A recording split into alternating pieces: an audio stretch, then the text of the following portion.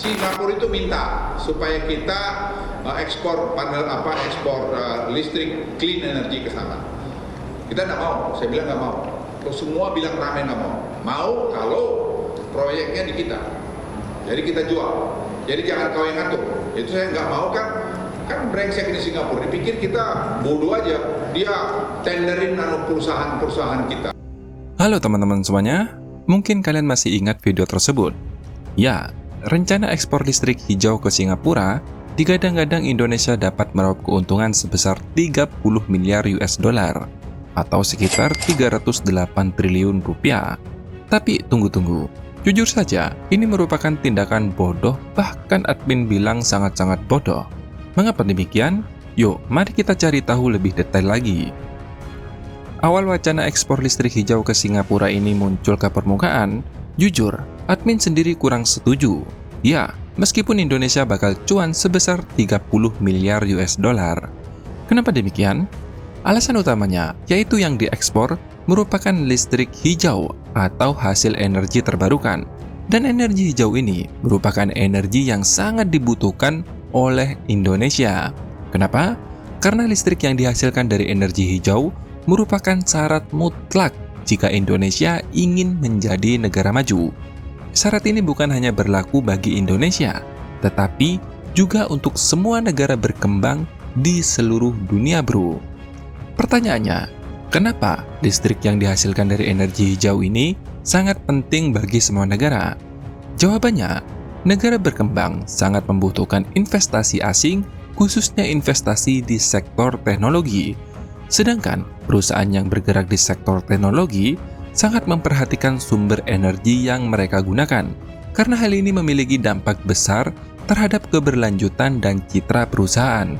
Contohnya saja, perusahaan-perusahaan besar seperti Intel, Nvidia, Google, Apple, dan lain-lain telah membuat komitmen kuat untuk menggunakan 100%. Ingat, 100% energi terbarukan pada seluruh operasinya. Selain itu, regulasi baru EGD 2024 yang diterapkan oleh Eropa semakin memaksa perusahaan-perusahaan di sektor apapun, sekali lagi, di sektor apapun, menggunakan energi hijau jika ingin masuk ke negara mereka. Dalam regulasi tersebut, jika perusahaan tidak menggunakan energi hijau dalam operasinya, maka akan dikenakan carbon tax atau pajak karbon, yang nilai rata-ratanya sekitar 49 euro per ton karbon. Peraturan ini berlaku bagi semua produk, termasuk produk industri, otomotif, elektronik, tekstil, makanan, dan lain-lain.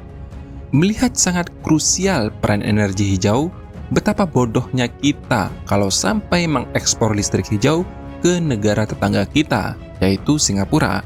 Karena pada dasarnya, justru Indonesia lah yang lebih membutuhkan energi hijau dibandingkan Singapura.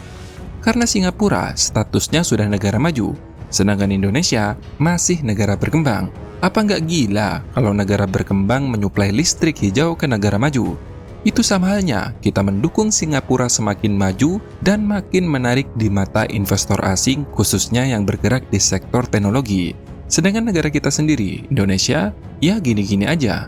Nah, di era pemerintahan Prabowo ini, gelagat Singapura menjadikan Indonesia sebagai halaman belakangnya sudah terbaca, bro. Alhasil, wacana ekspor listrik ke Singapura saat ini dikaji ulang. Saya kira ya ini dalam kajian dari pemerintah, saya tahu lagi sedang dikaji oleh ESDM, ekspor listrik ke Singapura dan lain-lain. Ya. Nah, ini ada masalah sedikit, ya pertimbangan dari pemerintah. Ini AI. Kita sudah tahu bahwa di Singapura banyak data center yang diperlukan untuk mendukung Microsoft, Amazon, kehadiran dari lain-lainnya. Itu mereka perlu data centers. Nah, pemerintah Indonesia sedang mengkaji kalau data centers ya hendaknya dibangun di Indonesia. Indonesia bangun data centers misalnya dari Pulau Batam atau Pulau Bintan atau dari Karimun atau mana. Ya, ini yang bisa kita nanti melayani Singapura, data center, high value added, kita yang layani Singapura. Kan begitu. Saya kira kita harus kaji nanti ya.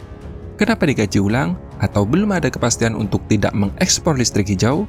Jawabannya, karena masih ada kemungkinan tawaran dari Singapura yang lebih menguntungkan ke negara kita. By the way, Yang perlu kalian ketahui, listrik di Singapura 94% dihasilkan dari gas alam, artinya energi hijau bro.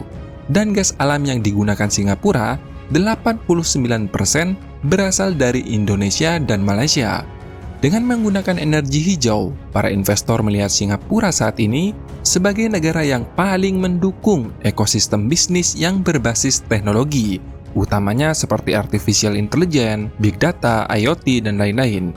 Dan saat ini, Singapura memiliki kapasitas data center sebesar 1000 megawatt, sangat timpang dibandingkan negara kita, Indonesia, yang hanya 202 megawatt.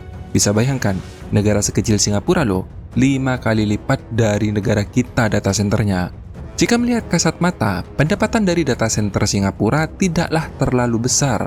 Statista memperkirakan pendapatan bisnis data center di Singapura 2024 mencapai 1 miliar US dollar atau sekitar 16,43 triliun rupiah. Tetapi, kalau kita melihat indikator ekonomi dari semua bisnis data center ini, investasi asing langsung atau FDI yang didapat oleh Singapura 2024 sebesar 9,42 miliar US dollar atau sekitar 146 triliun. Bayangkan, ini hanya dari data center saja. Kalau kita melihat lebih sedikit jauh pengaruh data center ini terhadap layanan digital, seperti layanan cloud computing, AI, big data, dan IoT, tentu memiliki nilai yang sangat besar, bahkan hingga ribuan triliun bro. Katakanlah layanan cloud bagi e-commerce, startup, dan perusahaan-perusahaan besar seperti Bukalapak, Shopee, Tokopedia, Evermost, Lazada, dan lain-lain, berapa triliun mereka membayar untuk layanan cloud mereka. Maka dari itu, meskipun ekspor energi hijau ke Singapura dapat menghasilkan pendapatan yang besar, namun itu hanyalah jangka pendek saja. Langkah ini sangat beresiko menghambat Indonesia untuk menjadi negara maju.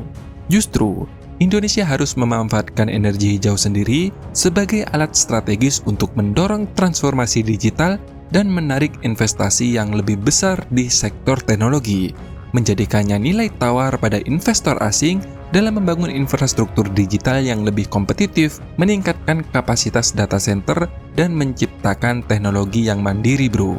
Dan admin rasa nih ya, setuju atau tidak, menempatkan kepentingan domestik di atas keuntungan ekspor yang hanya bersifat jangka pendek adalah strategi yang lebih bijaksana untuk memastikan pertumbuhan ekonomi jangka panjang dan berkelanjutan di negara kita. Nah, bagaimana nih kalau menurut pendapat kalian? Apakah kalian sepemikiran dengan admin atau ada argumen lain nih? Silahkan tulis pendapat kalian di kolom komentar dan kita jadikan sosial media sebagai tempat berdiskusi dan belajar bersama. Nah, semoga informasi ini bermanfaat. Terima kasih sudah menonton. Sampai jumpa di next video. Dadah!